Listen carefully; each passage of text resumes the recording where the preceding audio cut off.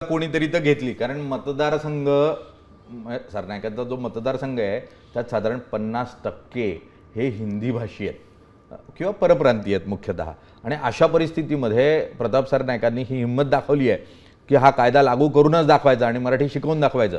त्यासाठी त्यांचं अभिनंदन करायला हरकत नाही। पण तुम्हाला भीती नाही वाटली इतर राजकारणी कातरतात एकदम असं काही निर्णय घेताना? मी तुम्हाला सांगतो, माझं घराणं साहित्यिकांचं घराणं, माझे वडील दैनिक आचार्यात्रेंच्या दैनिक मराठामध्ये त्यांच्यासोबत काम करायचे। मधुकर भावेंपासून सगळे त्यांचे ज्युनियर त्यावेळेस होते आणि त्यामुळे संयुक्त महाराष्ट्राची चळवळ माझ्या वडिलांनी फार जवळनं बघितलेली। आचार्य अत्रेंबरोबर त्यांनी काम केलेलं असल्या कारणानं मधु मंगेश कर्णिकांबरोबर त्यांनी काम केलं आहे। प्रत्येक त्यांच्या पुस्तकांमध्ये मधु मंगेश कर्णिकांची प्रस्तावना असायची, मधुकर भावेंनी त्यांच्यावर पुस्तकं लिहिलेली आहे। त्यामुळे माझी आई शिक्षिका, बहीण कवयित्री, त्यामुळे एक साहित्यिकाचं घराणं असा मला मिळालेलं आहे। लहानपणापासून ते बाळकडू होतं मनामध्ये मराठीच्या विषयी प्रचंड आदर आणि म्हणजे मराठी अस्मितेविषयी प्रचंड अभिमान बाळगणारा मी एक कार्यकर्ता होतो। विद्यार्थी संघटनेपासून राजकारणात आलो, आज राज्याचा परिवहन मंत्री म्हणून काम करतोय।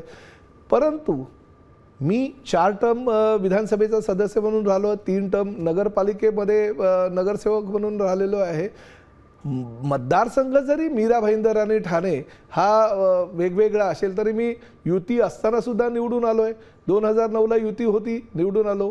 2014ला युती नव्हती तरी निवडून आलो। त्यावेळेस तर मोदी साहेबांची लाट होती तरीसुद्धा माझ्या मतदारसंघातनं मी निवडून आलो। 2019ला 83,000चा मताधिक्यानं निवडून आलो आणि 2024च्या झालेल्या निवडणुकीत 1,08,000 म्हणजे राज्यातून 9व्या क्रमांकाचा सर्वात जास्त मताधिक्यानं निवडून आलेला मी आमदार आहे। आणि त्यामुळे घाबरत नाही, कारण माझा संवाद आहे प्रत्येकाशी।